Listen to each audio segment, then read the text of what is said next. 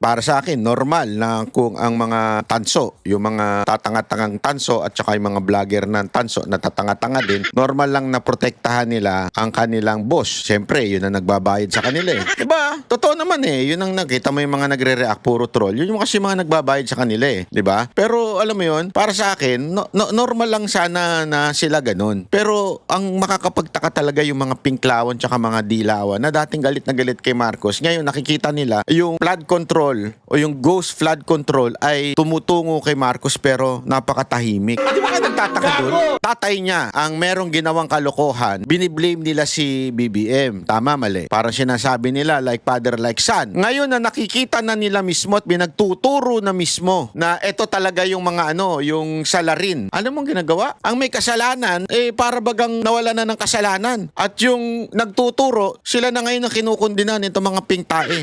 Kahit to mga reporter, ganun. Alam niyo kung bakit? Gusto niyo malaman? Kasi nga, dahil sa maleta. Maleta lang yan, Brad.